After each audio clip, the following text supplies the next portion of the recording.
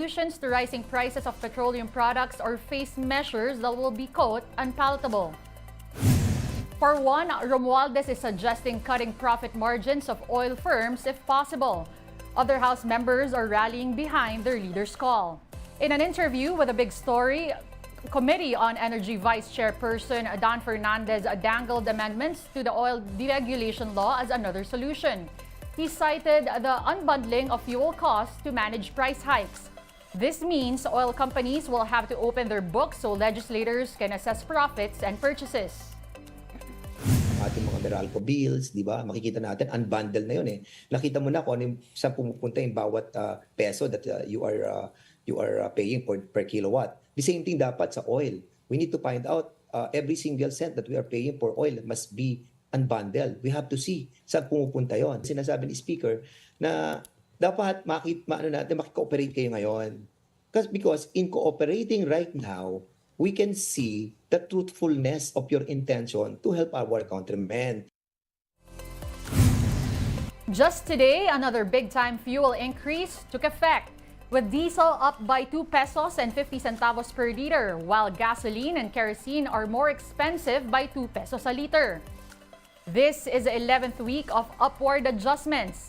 Since July, consumers have shelled out nearly 17 pesos more for 1 liter of diesel and over 11 pesos for gasoline and almost 16 pesos for kerosene.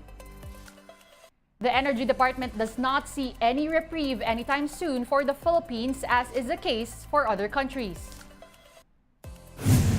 Lahat ng petroleum product imported, kaya apektado tayo. Hindi lang naman Pilipinas ang nakakaranas ng sunod-sunod na pagtaas, kundi buong mundo.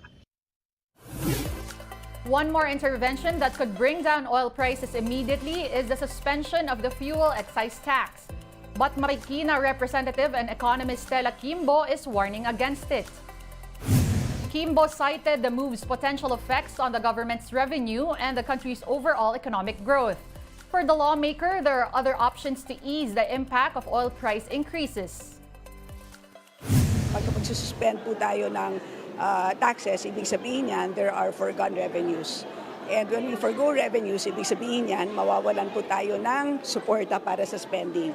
At tatandaan po natin na medyo bumagal ang GDP growth natin ng second quarter ng taon nito. At sa ngayon naman po, sa tingin ko, marami pa namang existing unutilized funds to support our consumers. Marami pa tayo natitirang pondo for fuel subsidies. Now helping us make sense of the issue is Director Rino Abad. He is with the Energy Department's Oil Industry Management Bureau, and he now joins us on the phone. Good afternoon, Director Abad.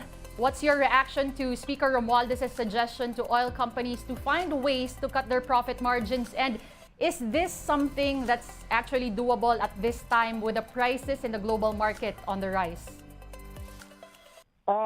I think I was in the meeting. There was no categorical statement that oil companies are,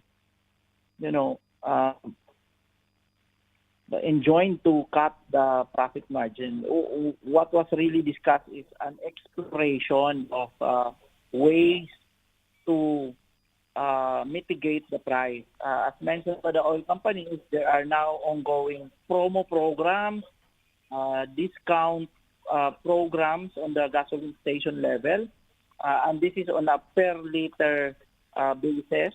And these are really ways, not necessarily a cut on the profit margin, but ways to encourage the customer to patronize gasoline station, a marketing strategy, but at the same time, this mitigates the impact of the price increases. Director, another possible solution to the unabated oil price increases now is, of course, the suspension of the fuel excise tax. Pero what will be its short-term and long-term impact on those prices?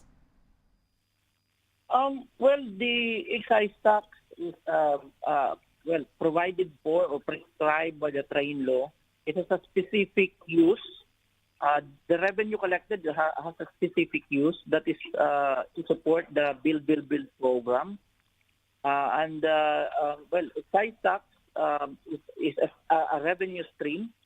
When you repeal that or if you suspend that, a direct effect would be to miss out those revenue streams.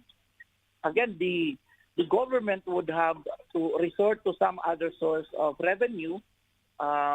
Otherwise, they will cancel out or they will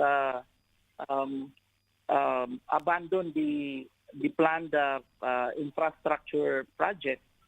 Or otherwise, the worst case would be to source the fund from additional loans. So again, this is a difficult issue to balance out with respect to the aim to lower the pump price. Because in a way, if you lower it, again, you will have a lower collection of revenue, and thus affect the build program of the government. Director, as previously mentioned, we are on our 11th week of price hikes. So what's your projection of fuel supply and the prices, of course, in the next few months, lalo na ngayon, papasok na tayo sa holiday season? In the monitoring of the supply-demand balance globally, really the August month registered the most gap in the shortage in the production of oil. But the Platts projection, for example, would diminish this gap from 3 million barrels per day to just around 500,000 barrels per day. So, the natural effect of that is what we call the backwardation of the prices. In other words, you would expect high prices, but not as intensified as what we've experienced from April to this month, where we saw 11. Now probably next week we'll go to the 12th increases of prices on a weekly basis. So what we're saying is there might be high prices up to the end of the year, but not as intensified in terms of increases per week as what we've experienced in the past 3 months. Sir, you've been mentioning the increases, but I think what everybody wants to know is when can we actually expect a rollback in oil prices? Rollback, wala ho pa hong clear. A rollback may be in between months because, as I mentioned, the intensity will be declining up to the end of the year. So as high as probably we are now at the $90-91 US per barrel. If that decline if that level would decline up to the end of the year, probably go lower to 85, for example, then you would see a rollback in that sense. But still, 85 is still higher than month of March, for example, where we saw the crude oil at price at $78 US. So that what I'm saying is that 85 is still, compared to $78 US in March, will still be higher in December, right? But of course, from 91, 92, it goes lower to 85. Then we will see rollback in that sense. Well, all right. Thank you again, sir, for taking the time. Thank you for talking to us. Again, that was DOE Oil Industry Management Bureau Director Rino Abad.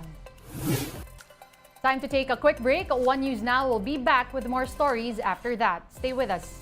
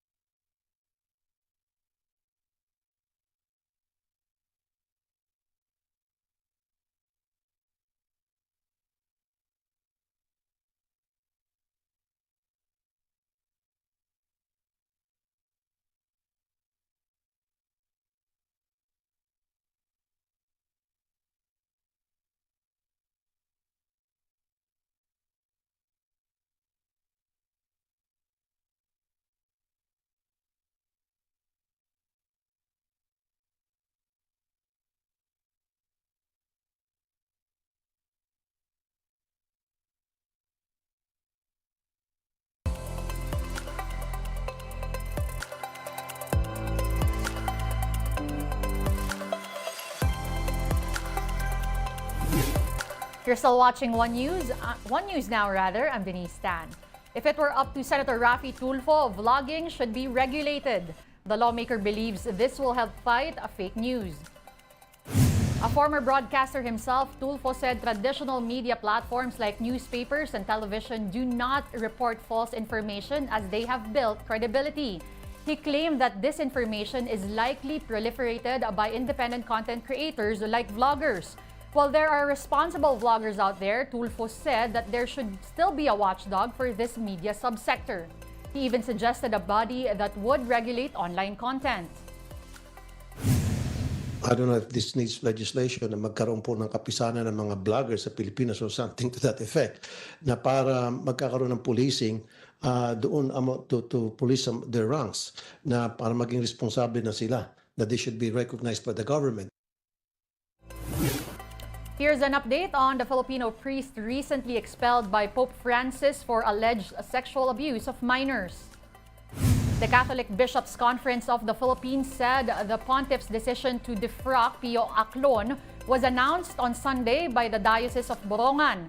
Aclon last served at a minor seminary in the diocese. In response, Aclon demanded from the diocese the letter from Pope Francis ordering his expulsion. He also questioned why the matter was brought to social media, which he said was a violation of his canonical, civil, and human rights. The Diocese of Borongan has yet to respond to Aclon. The CBCP, though, has assured that there will be no cover-up in the investigation into alleged sexual abuse cases involving the clergy. Let's now take a quick look at today's other top stories. Police have released the clips of two suspects in the killing of Attorney Maria Saniata Gonzalez Alzate in Abra. Although the suspects' faces are visible in the footage, they have yet to be identified.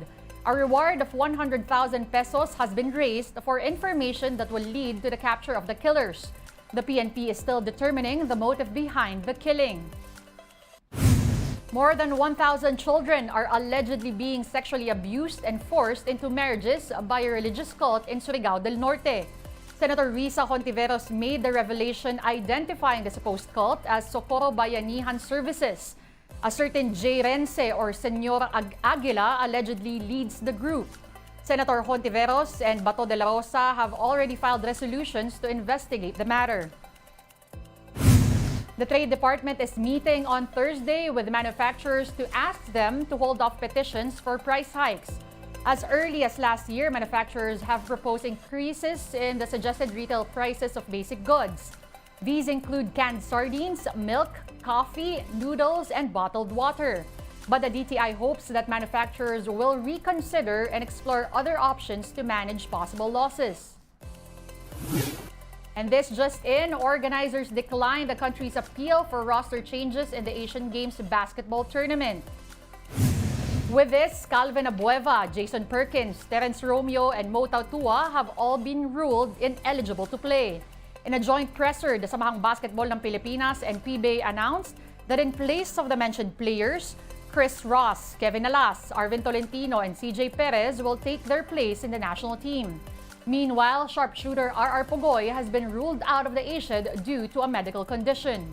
Fellow sniper Marshall Lassiter will take his spot in the team. Gilas has a week to iron everything out before the tournament starts on September 26. One News Now will be back at 3:15 p.m. Join us again later. I'm Denise Tan. We are One News.